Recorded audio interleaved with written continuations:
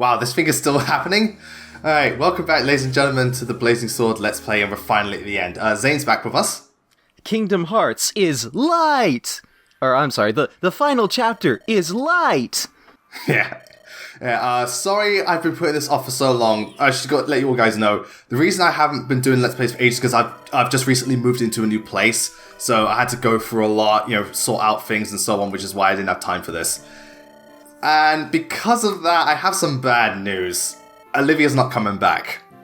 So you were saying like she's not gonna be doing any stuff with you in the future at all. Unless like when I go home for like holidays, we just do stuff. But aside from that, no. Oh, so then you're gonna be doing the Metroid Zero mission Let's Play whenever you get around to that. Well, yeah, I'm doing Fusion next, so Zero Mission's not that far off. Yeah. Unless, let's say I bring it, because I'm going home for Christmas, so let's say I bring it back, and she demands, because she's got time off, she demands we do Zero Mission. Because I remember she played it twice in one weekend. Well, you can do that. Zero Mission is so goddamn short of a game. You can beat it in under... Yeah, she knows that game really damn well. She might be better than it than me. That would be impressive, actually, considering that... She absolutely loves Zero Mission. I mean, I don't blame her. It's my personal favorite Metroid at the time of this recording.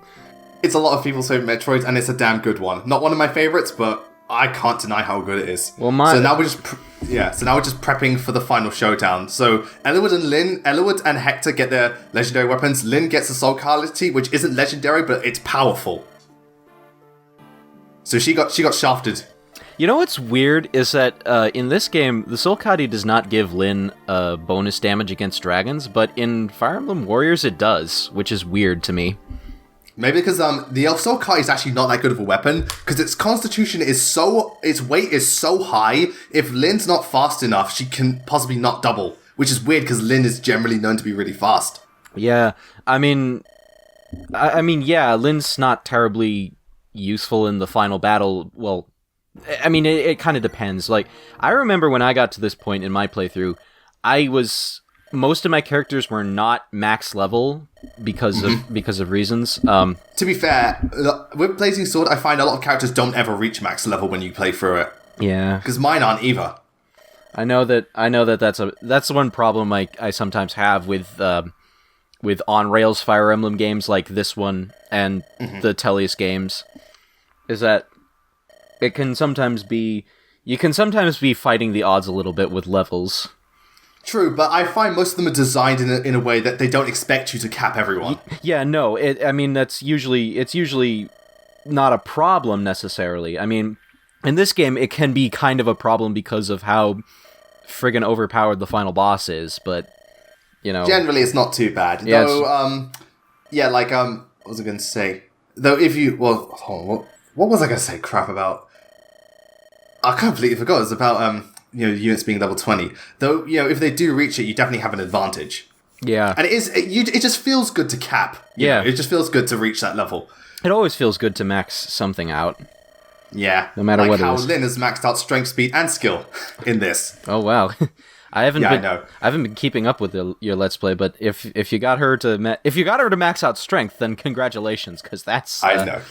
Yeah, I know. And also Merlinus, we sent him off saying, here, have this thing in case we don't come back. In reality, they said, look, go to Koei headquarters, give him this message, say if we're not in the next DLC pack, Hector's gonna come down there with a shotgun. Well, have fun with that. I don't see that happening anytime soon, unfortunately. I think it's 50-50. I don't know. I mean, we have the 3 DLC packs that are coming out now. I meant Phase 2. Like, we got Phase 1, which is, the first 3 games. I'm saying, like, in the second phase, if they have one. Oh, you mean like a sequel game or a new round of DLC?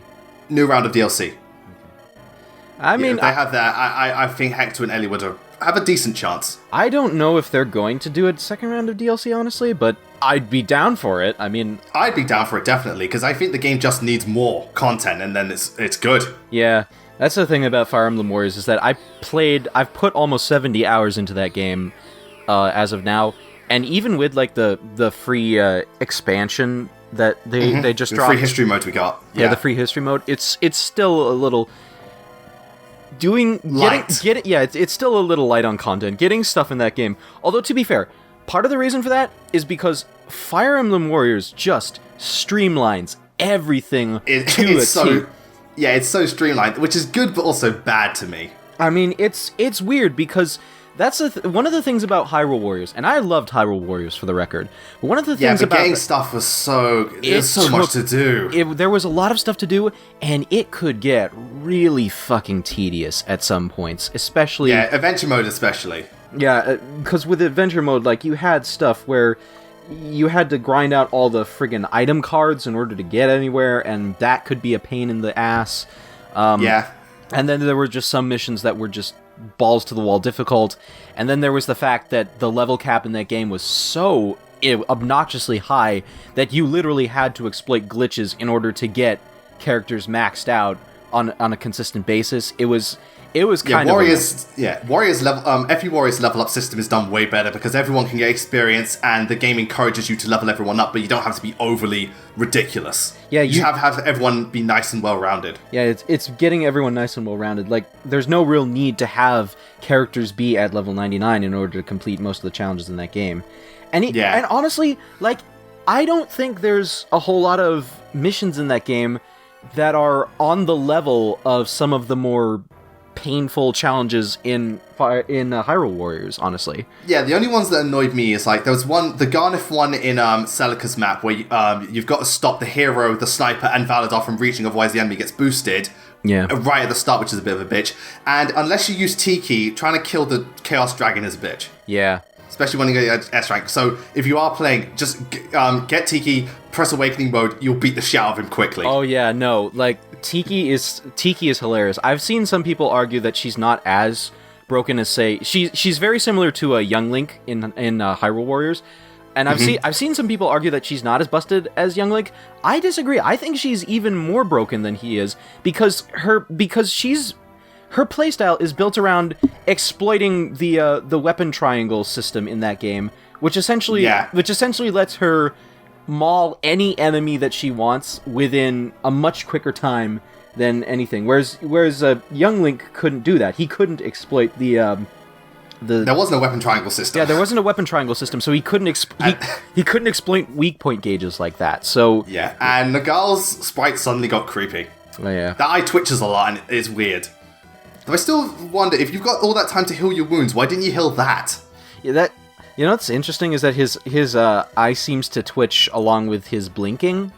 Yeah, it's like it's like he can't blink, so his eye twitches in the other eye. Yeah, it is creepy. Tiki, she does become a giant fuck-off dragon, but I think it's also cool because normally Tiki kind of sucks.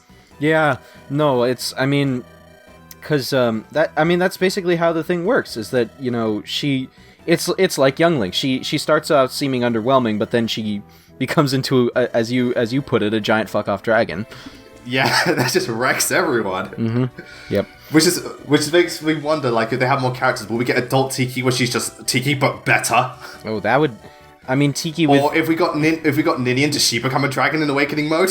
Well... I would pay good money for that. Yeah, that would actually be pretty cool. Why couldn't Corrin become a dragon? Come on.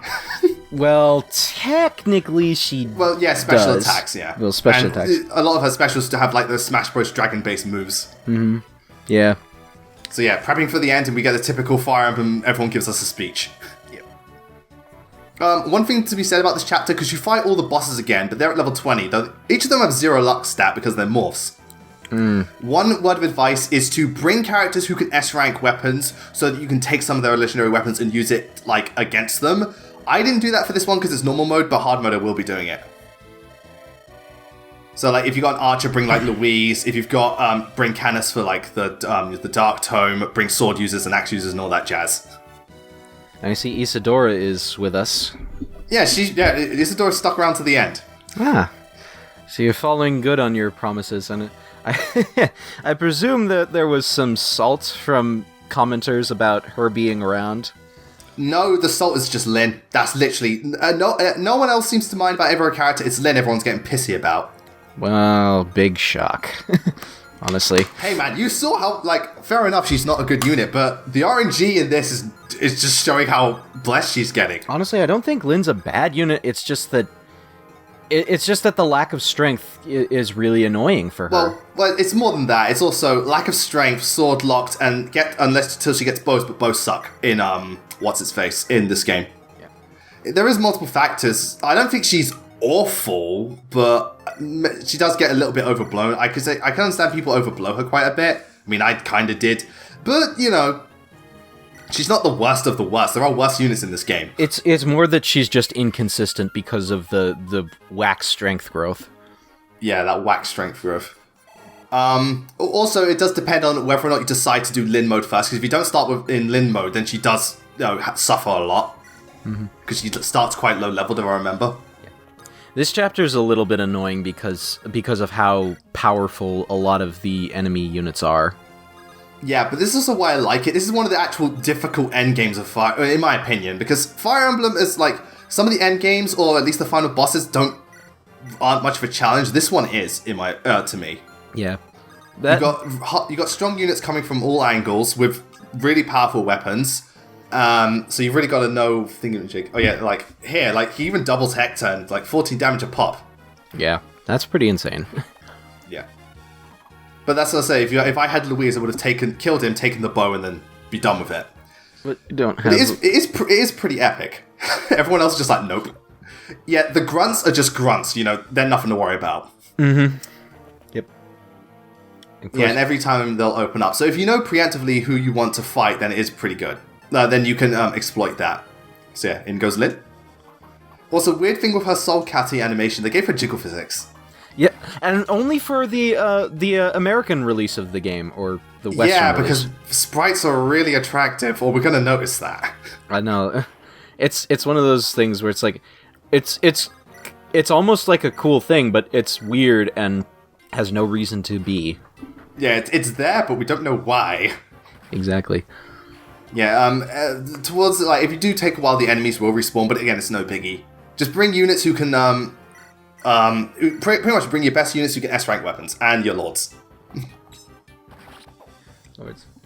So, how are you feeling about the new Heroes update that came out? Because I think it's been a while since you've commented on that because you haven't been doing Let's Plays for a little while. I woke up to it because I think they aired it around either Eastern Time or Pacific Time 12 in midnight, and I was asleep, so it was like 4 o'clock in the morning for me. It was about 10 o'clock when it happened over here. Yeah. See, even Nils is like, fuck you. Nils is the 40% dodge. Yeah. No, it's even then, just only 17 damage and he won't double. Getting back on track, the Heroes update, the new stuff that's coming. To be fair, it's pretty damn cool. You know, there's a second one with like a new campaign, or like the new banner, the 8%, which people are losing their shit over. Yeah. I think it's cool. Again, I don't play Heroes at most. I play about an hour per day, so I'm not crazy about Heroes, but it seems to just be an update everyone likes, and there's nothing wrong with it. I'm cool with it. I'm looking forward to it. I don't think that the 8% banner is going to fix my crap luck with getting 5 stars. Although, to be fair, I have been getting 5 stars a little bit more. Lucina. I pulled Brave Lucina. I pulled Brave Ike by complete accident, which was hilarious to me. And Brave Lucina was a nice surprise. Those 2 Brave units were a nice surprise because of the Tempest Trials that's going on right now. So and how Brave Ike gives me it's the first time I've had a 40% bonus unit for Tempest Trials. I think the Brave ones are 20%, and the Sacred Stones ones, the other ones are the 40%. Yeah, it's generally how Tempest Trials work is that the character that you get for as a reward for it is a 20% bonus unit, and the other. And then there's whatever units are on the banner currently are going to be 40% units, and then there's probably going to be like some units that have been out for a little while that are going to be other 20%ers. Yeah, like the Brave, like the Brave units. Yeah, the Brave units. Yeah. And now we're fighting. We actually get to fight Brendan this time, and Jafar goes in for the kill. Yep. Straight, yeah. Jafar's kill. I don't know what to talk about this. Yeah, he has the only skill in the game: lethality, insta death. Yeah. Although in this game, it's actually called Silencer, I believe. Yeah, it goes by different names. It's called Silencer in this and Sacred Stones, but it's basically they have this in other games: instant kill. Yeah. They're insta kill. Yeah, they are insta kill. Yeah. Which is what, like, a lot of people, when I did top 10 firearm skills, even though I mentioned, like, insta-kill comes up part of the, like, they're all part of the thing, everyone was saying, like, lethality is the best skill just because it instantly kills people. Which, I wouldn't say it's the best skill because it tends to not, proc as often as you want it to. I know, well, I can understand why people love it, though, because it's an instant kill. Well, you could do 1 damage, but it's an instant kill. It makes Volk in Radiant Dawn actually really amazing because... he has that skill, and because of his stats, it procs a lot more often than it usually would. True. And though, to be fair, you were saying, sorry, and it also Volk just has an insane critical hit rate. I think that on average, on assassins in that game have, I think, a 25% boost to their crit, which is the most that any character has. I think Volk's the only assassin because Soph and Thing become Whispers. Yeah, they become Whispers. It's kind of weird that Volk's that they decided to have the Thief class have 2 different branching promotions like that in that game. But one's for a rogue, one's for an assassin. Yeah. Although to be fair, I mean Volk's pretty incredible, so it's not. He is pretty incredible in both games. Though I swear, for like 2 playthroughs of Radiant Dawn, because I wasn't very good with money, I couldn't get him on. For both of them, so I didn't get the big bonus at the end or get to use him. And then I got to him one bit, I was like, oh fuck. Yeah. That's He's just fun. wrecking everything. Yep. Okay. What was I going to say? But also, while that is good, in Radiant Dawn, skills are all good, but when it comes to Radiant Dawn bosses at the end game, skills are kind of pointless unless you have Nihil, because they have Nihil, so your skills are shit. Yeah, I know. That is a little bit annoying. That's why I always make sure to give Jill Nihil, because she's always fighting the bosses, because she has Earthan. Yeah. I think Jill, Nephany, and also I give it to Ilyana, just so she can fight Degizia without him activating a skill and one-shotting her. Yeah. You also want to have one for Ike, because then you don't have to deal with... Yeah, definitely. Otherwise you got to deal with the Black Knight. Yeah, and if you don't have that skill, he may just fuck you up. To quote a certain Sonic song, you have to fight the knight. Yeah. I only played that game once. Oh yeah, I've got to talk about new unit. Right, Athos. He's part of the Gotha archetype. And his battle sprite looks friggin' amazing. I'm just going to put that out there. He has a damn good sprite. And I think he criticaled. He totally criticaled. Wow. So, Athos is not a great fighting unit, despite what you just saw. But he's a very, very, very useful unit. Because his HP and his speed aren't very good. So it's rare he will double. In fact, he might even get doubled himself if the tome's too heavy, and his HP's pretty bad. But he's got really high magic, and he's S ranked in everything, starves, and all times of tome, so he can use whichever. And he is amazing when it comes to healing. If you give him Fortify, he can potentially max heal your entire team. Yeah. So he's very useful, even though it's just for 1 chapter. So definitely use him to as a backup unit, but don't go gung ho with him, or you may just get killed. Athos is very much a true Goto archetype where his stats aren't great, but he's useful in just about everything he does for this some of the game. best Gotos, like the Laguz Kings, are better than the normal units. Yeah. No, I mean, it's a similar situation with Kanagas in Radiant Dawn, where he's technically not great stat-wise, but he starts off so powerful that it does not matter. It does not make a difference. A lot of Gotos are like that. I know Myson's one, even though he's outdone by Zeke and Matilda. I don't remember ever using Myson when I played I didn't Echoes. use it because, again, Zeke and Matilda, so I was like, nah. Yeah. Also, yeah, Raven... Oh, sorry. I think Raven is legit one of the best units in this game. Yeah, Raven's great. Double critical. Nice. Who else is a Goto? Aside from, obviously, Goto. I know Basilio and Flavia are meant to be them. Yeah. I wasn't huge, mainly because Awakening is kind of because, you're just so easy to level up and reclass and grind. Yep. What's What's another good example of a Goto? The technically, I guess you could call Nasir one in Path of Radiance. Yeah, Nasir, Tiban, and what's his face? The Black Lion are. Naysala and Gifka are also part of Gifka, the... yeah. Yeah. Oh yeah, Nasir as well. Yeah. Because I use him to fight Ashnard a lot. Yeah, here come the other units, and we're just like, fuck you guys. It's like there's a total of 3 characters in Path of Radiance that can actually damage Ashnard. They are Ike, Ike, the Ike, Nasir, and the 3 Laguz generals. Yeah, the best one I from what I remember is Gifka, but I always choose Tiban just because I like Tiban. Tibarn's probably the most well-rounded. Gifka's the one you want to use if you're playing the game on hard mode because you have to deal with Berserk Ashnard otherwise. And yeah, but to be fair, if you were dealing with Berserk Ashnard, all you have to do is activate that ether and you're all good.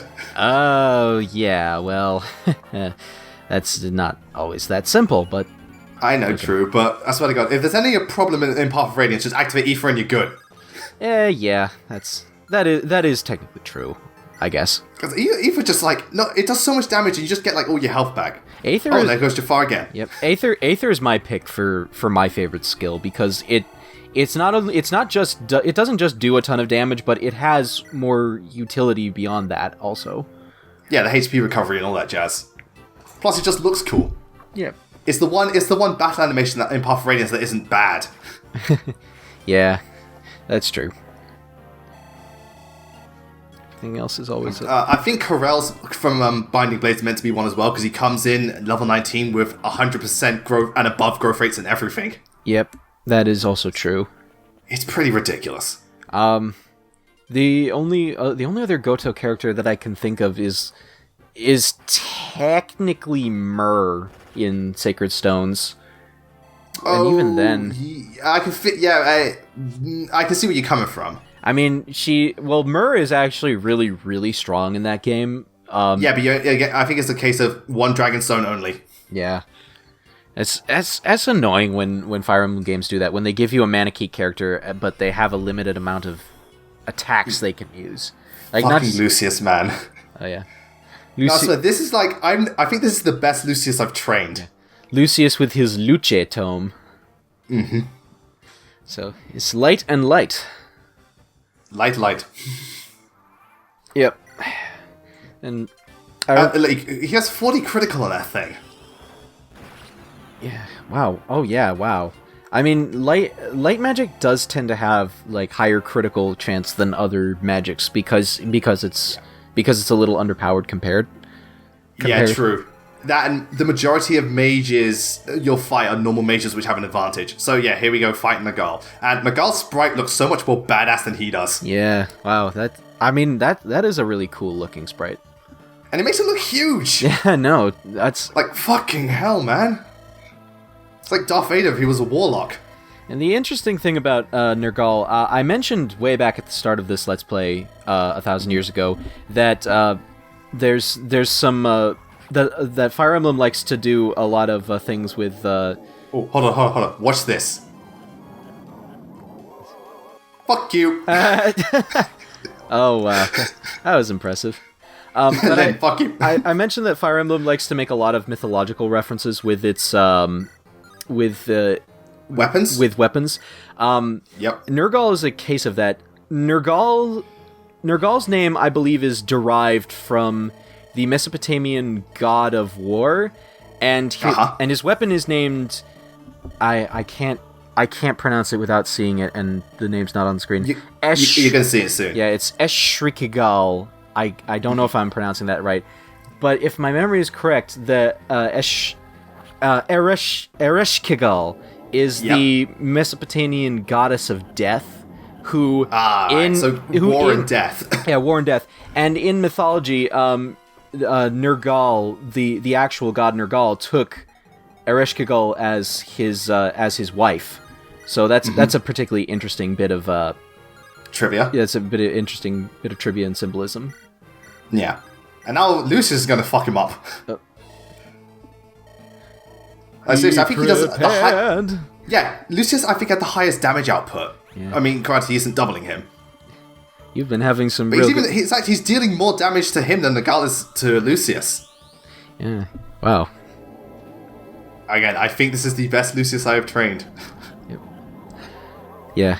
So... He didn't even do half my HP. Yeah, Nergal is not a terribly difficult boss. No, the terribly difficult boss comes next. Yep. This is where things get interesting. Yeah, I can't double him because my sword weighs too much. But then when Eliwood has the Durandal, I was like, fucking hell, that sword is massive. Yep. The Durandal's... Ma- Durandal is proof that Eliwood is trying to compensate for something. Yeah, well, he's the one who has a child at the end of it, so... Okay, then. Yeah, right. Well, no, Hector has a kid, too. Confirmed. Yeah, Hector does have a kid, but that's because Hector's wielding just a giant fuck-off axe. Yeah, that's true. Also, Eliwood gets it on with a dragon, so props to him. Oh, yeah. I mean, that is true. Although only if you can boost support high enough and in GBA games. But it's not difficult with this one because their support does go quicker than most. I think it was meant to anyway. Yeah. And so with that, Nergal's dead. So that's the end of Blazing Sword, I think. You wish. Nah, we're not fooling anyone. Yeah, we've got a ways to go, and Eliwood's only level 9. Think with 11 more levels, how much better could I be? Yeah, that's kind of how it works with this game. Is that you're never quite maxed out. Yeah, Blazing Sword especially because I can cap some units in Path of Radiance. Radiant Dawn I can cap. Conquest I can cap. Blazing Sword I rarely have a cap. Yeah, which, I mean, to be fair, it makes this part a little bit more challenging because we've got the true final boss, dragons. Yeah. And alright, this is the thing. I can't tell if either these dragons are really fuck off powerful or we're just really weak compared to everyone else in Binding Blade because they're a lot harder. Yep, this is an interesting thing. This is a weird final boss for me because it comes out of nowhere, and that's usually not a good thing. But at the same time, it's like in terms of mechanics and gameplay, it might just be the best final boss in the entire series. Yeah. Also, well, it did come out of nowhere, but at least the dragons were part of the story. They weren't just like suddenly dragons. Yeah, I know. It's kind of like the same thing with the Anankos and Face, where the build up and the actual story execution of his fight it leaves a little bit to be desired, but the fight itself is actually pretty great. Yeah, Anankos' fight, while Fates is generally not that great for boss fights, Anankos' fight wasn't too bad. Yeah, I think Anankos is great. I'd argue that he's one of the best fights in the series from like a pure gameplay standpoint. I mean, he's kind of in the middle for me. This fight this fight does what I think Fire Emblem should do with bosses in most cases. Where I mean, it's probably best to save that for when we actually get into the fight, because this is just pre-story cutscenes. Prep time. Yeah, it's just prep time. Preparations took time. This bit, alright, this bit is they kind of pull something out of their arse, but at the same time, I don't mind it. Yep. This is with Bramimund, who was originally intended to appear in the game as either a unit you fought or a unit you recruited. There's like unused data for him appearing in the game. Yep. Apparently he was supposed to have his own class, which, I mean, Bramimund's a weird character for me because he, like, there's some shenanigans that go on with like how he, how he functions. What he is and stuff. Yeah. It's never fully explained, I don't think. Yeah, it's an interesting idea, but nothing more. Yeah. But Ninian's back. Ninian's back, and I think she comes back to life, actually? She does come back. Well, come back to life. Yeah, she comes back to how she was before. So, yeah, it is, to be honest, it's kind of bullshit, but I like Ninian so much that I don't mind. Yeah. I'm usually not a fan of like fake out deaths, unless the character is so likable that that I'm glad to see them back. You know, it's kind of like with Fiora and Xenoblade Chronicles. Like, on the one hand, I mean, the fact that the character is comes back is a little, you know, it could almost feel like a cop out, but at the same time, it's Fiora. It's Fiora. Yeah, she's probably my favorite character from that game.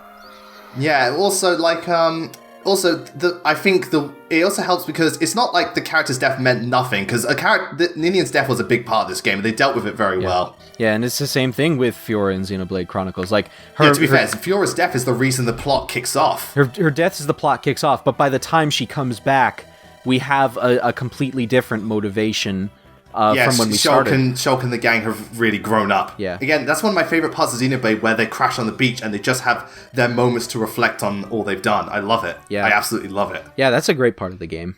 But okay, so we're going to stop here, and when we come back, we're going to finally finish Blazing Sword and take down probably one of the best final bosses in the series. Thank you once again for joining me, Zane. Thank you. And we succeeded in filling Nergal's dark soul with light! You know you delivered that line better than Dante did. I got the voice crack down pat. Indeed. Let's move on before we get any more dislikes. Yep, so we'll see you guys next time. Bye-bye.